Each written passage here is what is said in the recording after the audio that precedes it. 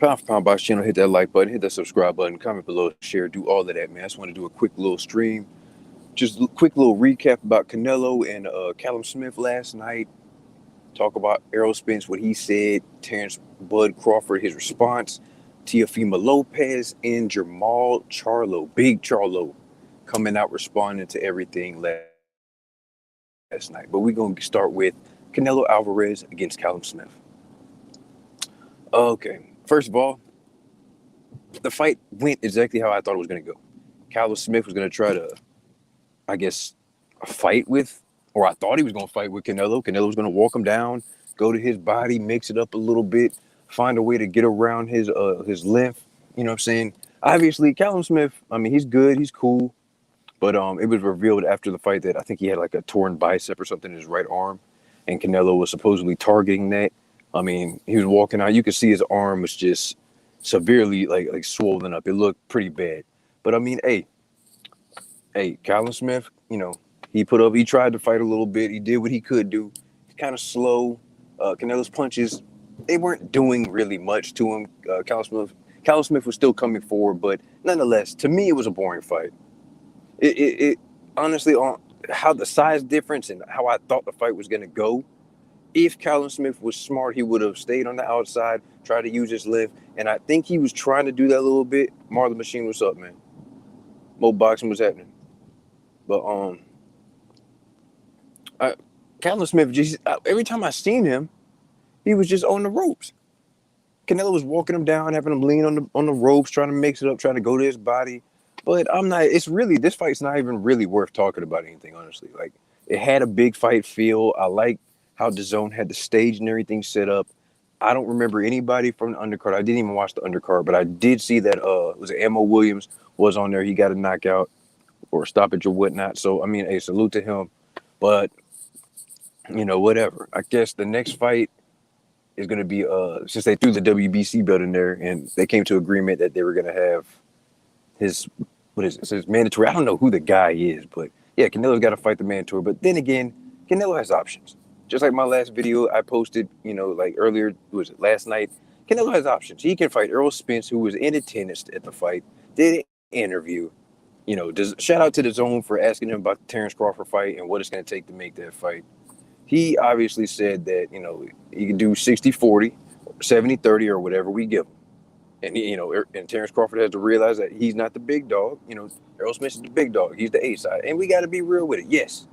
In that fight, Errol Spence is the A side at 147. Any fighter that fights Errol Spence at 147, except for Pacquiao, Errol Spence is the A side. Absolutely.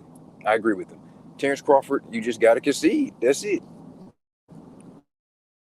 You are the B side in that fight, straight up. We're not going based off of and sir, you have one belt. You need to swallow your pride, take that 60-40, and make it happen. Because guess what? Okay, say you don't. Who you gonna fight? Tell me. You done went through the Mir Khans. You done did Kell Brook. Who you gonna fight? Just somebody tell me. Sean Porter's on the table, but I don't even know if y'all even started negotiating or whatever. But supposedly Bob doesn't even want that fight.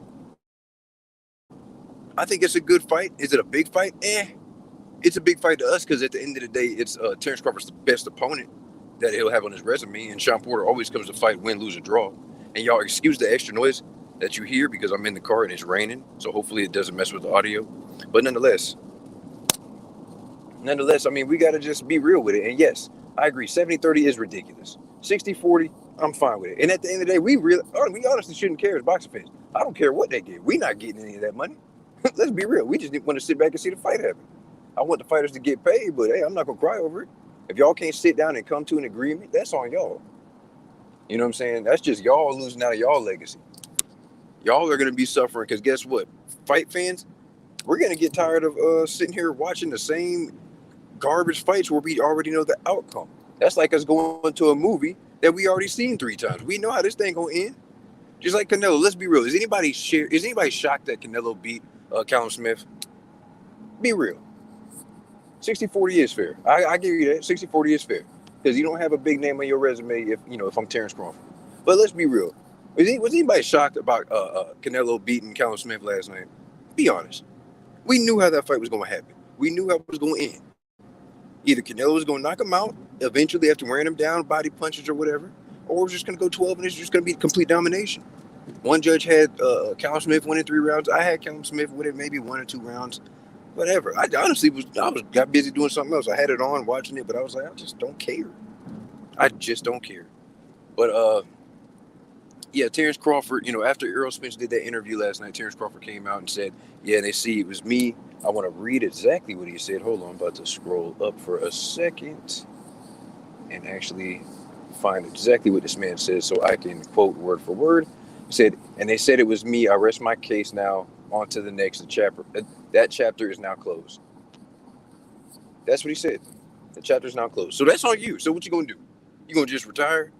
That's what I'm talking about. Like, everybody wants to just try to, I guess, protect themselves in the eyes of public opinion. But dude, at the end of the day, you ain't gonna have nothing. There's nothing for you. Bob, really the real fight is you and Bob. Let's be real with you. The real fight is you and Bob, because Bob said he's losing money. He's turned over everything to his stepson regarding Terrence Bud Crawford. So what you gonna do? I gave Callum. Damn, that's messed up. He didn't even get the first round. Damn, that's crazy. I gave him at least the first round. You know what I'm saying? Either the first or the second, one of them. But yeah, man, Teofimo Lopez was there last night. Oh Lord, listen.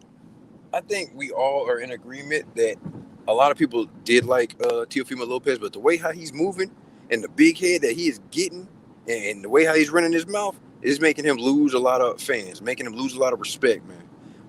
But yeah, the DAZN, they interviewed him and asked him about Devin Haney, and at first they referred to him as like undisputed champion, and then they asked him about fighting Devin Haney, and then he was like, 10 million, blah blah blah. I'm like, bro, listen. And I seen the video on Fight Hype. Y'all go check out Fight Hype and see the behind the scenes. He was talking. Teofimo Lopez was talking to Eddie Hearn about that. He was like, "Oh, I'm undisputed." And he had to actually like show the WBC belt that the WBC sent to him, which was hilarious because Eddie Hearn was like, "But that's not the belt. Like, Devin Haney has the belt." Then he tried to say, "I'll fight him for 10 million." Like, dude, you're not the champion. Franchise, nobody cares about the champ. I mean, the franchise champion. We know that was just a duck belt. Some would say it was a French fries belt. It was a duck belt. Let's be real. You got to fight Devin Haney if you want to be undisputed. You can't sit here and say, "Oh, Devin Haney's trash. He's boring. He's this and that." Now, whether you want to call him the email champion or whatever, bottom line is he got the belt. That's it. You ain't complete the mission. And the fact that his dad was saying stuff like, "Oh, we're not taking a step back. We gonna go do this and do that. We fighting better guys." And I think they're gonna fight Cambosa in Australia. But you don't want to fight Devin Haney. You don't think that would be a good fight? You don't think you could have an arena set up for that? Put that in Texas, put that in Staples Center, put that in New York. Like, come on, man. I think that's a good fight. But I think everybody at 135 knows Devin Haney is a major threat. Y'all can say he doesn't have power. It is what it is. You could say he went 12 rounds with what's his name? Oh, I can't think of his name. Cuban dude. I just had it. Anyway, but bottom line is Devin Haney is a very good fighter. Teofimo Lopez is a very good fighter. Lomachenko lost to Teofimo. It's just funny how the attitude changes of certain fighters when they're out there trying to chase. You know what I'm saying? They're the hunter. They hunt these guys down. And then when they become the hunted, they don't have that same energy. Teofimo Lopez won it. He wanted Loma. He wanted Lomachenko. He got Lomachenko. He got the W. He proved something. Yes. He should be. I mean, some should say, some would argue he should be on the pound for pound. Let's be real. If Loma was on the pound for pound and I beat Loma, why would I not be on the pound for pound? But nonetheless, he doesn't keep that same energy with Devin Haney. Devin Haney hungry. A lot of these fighters are hungry. I'm just using him for an example right now. A lot of these fighters are hungry and they want the big fights. And these guys that they're chasing, they're not used to that type of energy coming towards them. They're used to giving that type of energy, going after these guys. That's just funny. That's funny how a lot of people say, "Oh, he priced himself out." Oh, we send him an offer. They'll send like a low ball offer, and then obviously somebody would have to be an idiot to accept these low ball offers. And then when they don't accept the low ball offer, then they try to say, "Oh, he priced himself out. We tried to make the fight. He doesn't want it." That's the new way of ducking. Or it's just saying, oh, he's boring. I don't like his style. I mean, if he's boring, if he ain't fought nobody, shouldn't that make you want to fight him because he doesn't have the experience? He's not on that level. Wouldn't that be an easier fight for you? It just makes no sense. If you don't want to fight the man, just say, I don't want to fight him. Honestly, in my mind, I think Bob wants to set that fight up for 140. Because obviously Teofimo Lopez has said, and his father said, hey, he's kind of fighting these guys. He's weakened a little bit. You know, we need him. He probably has maybe one more fight at 135, and he's going to go to 140. Devin Haney's probably going to go to 140 as well. So guess what? After Jose Ramirez and Josh Taylor unify for Undisputed at 140, those belts will be dispersed. And then everybody's simply getting in line to get a shot at a vacant belt. And then they're probably going to do the same crap they've been doing at 135 of ducking and dodging everybody. Getting a belt, holding it hostage, asking, who have you beat? He's boring. He didn't do this. He doesn't have any power. He ain't beat nobody. Once again, so the same cycle continue over and over and over again. It's ridiculous. Honestly, let's just have 3 belts in the boxing game. We'll have a DAZN belt, we'll have a top rank belt, and we'll have a PBC belt. We could do it just like UFC. Because you see how it's real interesting. They got their ranking system. These guys got to fight to come and fight the champion. But, you know, I understand it's a business. It's too many politics, and that's what's killing the sport of boxing. And it's sad how a guy like Jake Paul and Logan Paul can just come into the game. Just come into the game and just get more publicity than all of these fighters. I didn't want to go on this rant about them, but fighters, you guys got to do more than just fight, man. You guys got to do a lot more than just getting in the ring and fighting and disappearing and fighting once or twice a year. All right, learn how to market yourself. Get some endorsements. Become a household name. How you think Floyd became a household name? How you think Adrian Broner is always in the news? This man ain't won a fight in how long? Think about it. Anthony Joshua, Deontay Wilder, they know how to market themselves. They go out there, get guys out of there. Their knockouts go viral. Come on, man. MMA champ, what's up, man?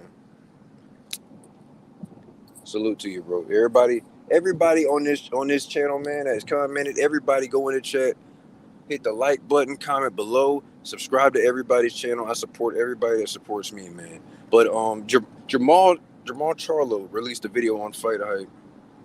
Well, actually, it was on his Instagram, and everybody just started reposting. Nonetheless, he released a video saying, you know, he never dodged, he never got a contract from Canelo. He's willing to come up to 168 to fight Canelo. And yeah, you should have already said this. You should have been at the fight last night.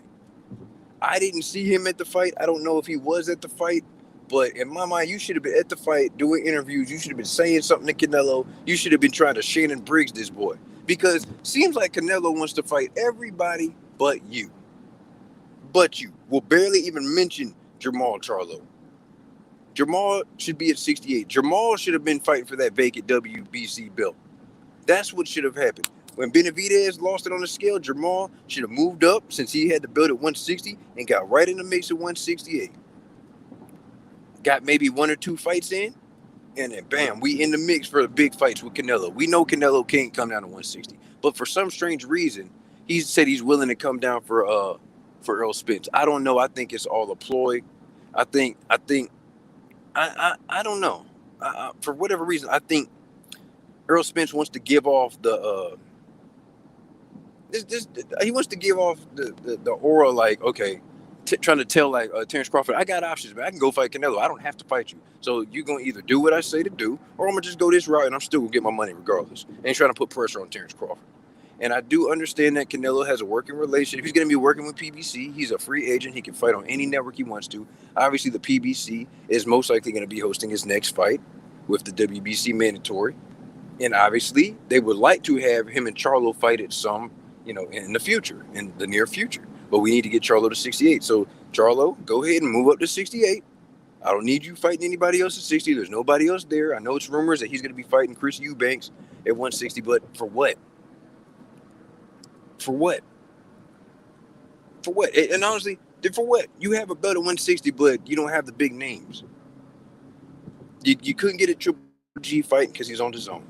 You're not gonna fight Demetrius Andrade. We don't care. We don't even, that fight is just, we done with that. Billy Joe Saunders hasn't been looking good. He moved up to 168. Danny Jacobs is at 68 now. You might as well go to 68. Canelo's a free agent. That's the only real shot I can see Canelo fighting you at 68. I don't know. I just feel a certain way about everything. Nonetheless, last night, I don't know how you guys feel about last night as far as the overall fight, but it went exactly how I thought it was going to go. Canelo was going to win, either knockout, due to going to the body, or we going 12, complete domination. That's exactly how it went. I'm kind of mad I didn't put like some money on the fight or whatever because I already knew who was going to win. But nonetheless, whatever. I just want to do this quick little rant for you guys. I appreciate everybody. You know what I'm saying, in the chat, man. Hit the like button, hit the subscribe button, comment below, share, do all of that. It's your host, F. Mary, Pound Box Channel. I'm out.